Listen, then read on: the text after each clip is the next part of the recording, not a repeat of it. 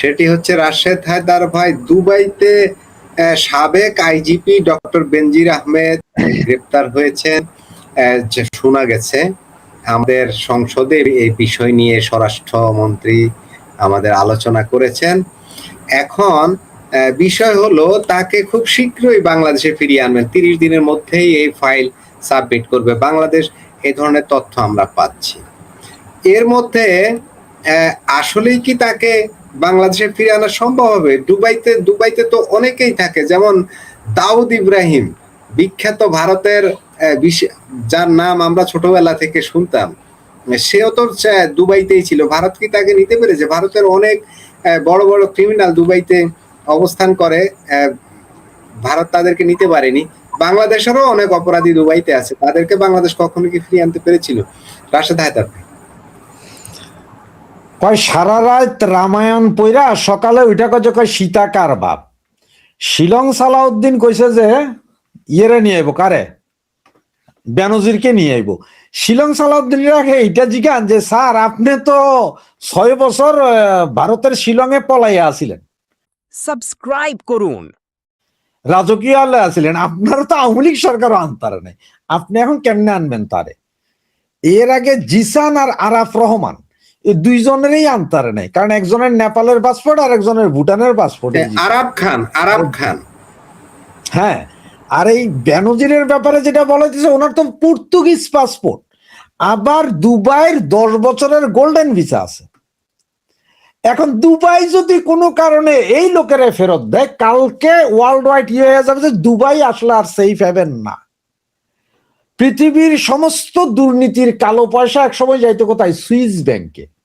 কিন্তু সমস্যা হচ্ছে যে ওইখানে যার কালো পয়সা এটা মরে গেলে সব শেষ, সুইস সরকারের যাইতো গা।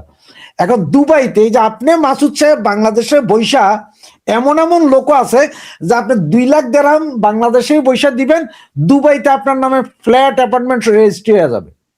10 দিনের ভিতরে ওরাই ব্যবস্থা করে দেয়, আপনার আছে। সরকার একটা জায়গা দিছে যে কালো টাকা ব্ল্যাক মানি নিয়ে আসো।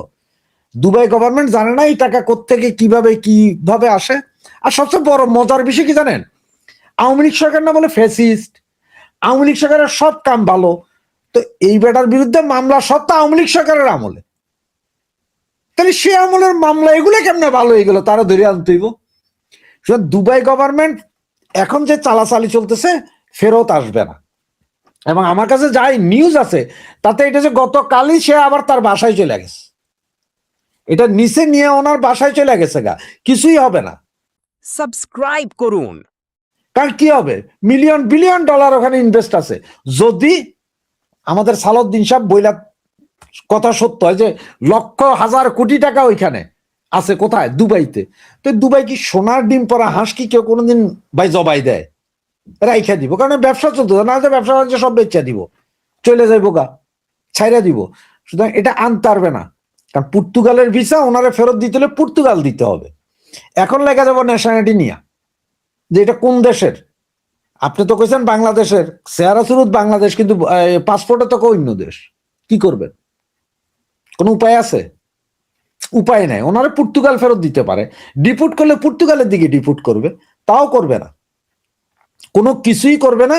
এটা যেমন আছে এটা, ওই যে আমি কিছুক্ষণ আগে কইলাম যে এমন কোন একটা কিছু ঘটতেছে বাংলাদেশের ভিতরে যার সমস্ত কিছু যাতে আপনার নজর না দেন, সেই জন্য এদিকে অমুকরে আনে, এদিকে কষা ধরা খায়, ওইদিকে মশা মারে, ওইদিকে বর্ডারে যায় আমাকে বিজিবি কয় এই তুমি গুলি চালাইলে আমি গুলি চালাইয়া তোমাকে ব্রাশ করে ফালাই দিব। আর এগুলো খুব জোরে জোরে টিভিতে দেখাইতেছে। কষা জাহিদের সাথে অরিজিনালি কি হয়েছে এটা পত্রিকালারা লেখে না কেন? কারণ কয়ে বাবারে তথ্য উপদেষ্টা, আবার অরিজিনাল কথা লিখে দিলে হয়তো দেখা যাবে পত্রিকার ডিক্লারেশন বাতিল, বিপদে পড়া যামুকা, ওইটা লেখিস না। এই সে মূল কাহিনী। সুতরাং ফেরত আনতে পারবে না, এটা গ্যারান্টেড লেখা রাখেন, কখনোই সম্ভব না। জি, আমি আপনার সাথে যুক্ত করতে চাই, ফেরত আনতে পারবেও না, দুবাই ফেরত দিবেও না। কারণ পৃথিবীর যত ব্ল্যাক মানি সব চলে যায় দুবাই আর হচ্ছে তুরস্কে। তুরস্ক আর দুবাই যদি একজন বেনজির আহমেদের সাথে এই আচরণ করে, মানে আমি বেনজির আহমেদ ভালো মন্দ এই প্রশ্নে যাচ্ছি না, অর্থাৎ একজন ব্যক্তির সাথে যদি এই আচরণ করে তাহলে পৃথিবীর সব মানি চলে যাবে, কারণ দুবাই এবং তুরস্কে টাকার কই ভিড় চায় না আপনি কই থেকে আয় করেছেন। আরেকটা প্রশ্ন আমার বেনজির আহমেদ সম্পর্কে, বেনজির আহমেদের এত খারাপ লোক, এর নাকি হাজার হাজার কোটি টাকা মেরে দিয়েছে, তে কয় কোটি টাকার চার্জশিট দিচ্ছেন বলেন তো দেখি? হাজার হাজার কোটি টাকার দাবি তুললেন, বেনজির সাহেব মেরে নিয়ে গেছে, এত খারাপ লোক, চার্জশিট দিলেন 14 কোটি, ইয়ার কি পাইছেন? এই এদের যারা এর বেনজিরের নামে মিথ্যা প্রপাগান্ডা চালাইছে এদের বিরুদ্ধে আগে মামলা করা উচিত, তারপর বেনজিরের সাথে হিসাব হবে যে তিনি আদৌ নিয়ে গেছেন কি নিয়ে যান নাই। জি, যা প্রশ্ন করতে চাচ্ছিলেন, জি শেষের দিকে। ফরিদ ভাই যে বিষয়ে কথা বলতে চাচ্ছিলাম, আপনি অবশ্যই দেখছেন অনেকগুলো বিষয় খুবই ভাইরাল বাংলাদেশে। প্রথম কথা হলো খাল কাটা নদী খনন কাজ চলছে। খাল কেটে খালের মাটি তুলে ভূমিহীনদের ঘরের উপরে ফেলা হয়েছে, নিশ্চয়ই দেখেছেন। আবার এও দেখেছেন পদ্মা সেতুর নিচে পিলারের নিচ থেকে মাটি কেটে নিয়ে যাওয়া হচ্ছে। এই যে বিষয়গুলো কি সিগন্যাল, মানে সরকার যে আমাদের প্রধানমন্ত্রী বলছিলেন আই হ্যাভ এ প্ল্যান, আমরা অবশ্যই তার কাছে ভালো কিছু আশা করি, আমরা অবশ্যই চাই তিনি জাতিকে পুনর্গঠিত করবেন, কিন্তু আমরা একই দেখছি। আপনি নিশ্চয়ই বিষয়গুলো আপনার দৃষ্টি এড়ায়নি। আপনার কাছে কেমন লাগে যখন ভূমিহীনদের ঘরের উপরে মাটি পড়ে, খাল কাটা মাটি? ফরিদ ভাই শুনেন, খাল কাটা এটা একটা হাস্যকর ব্যাপার। যেই দেশের নদী মারা গেছে এখানে খাল দিয়ে আপনি কি, মানে যে দেশে, মানে বিষয়টা এরকম যে দুধের বাচ্চার মাই প্রসূতি মারা গেছে, আপনি বাচ্চা নিয়ে টানাটানি করতেছেন। যেই দেশের নদী খনন আপনি করতে পারেন, নদী না থাকলে খালে পানি কই থেকে পাবেন? চালের পরে মাটি কিভাবে হলো?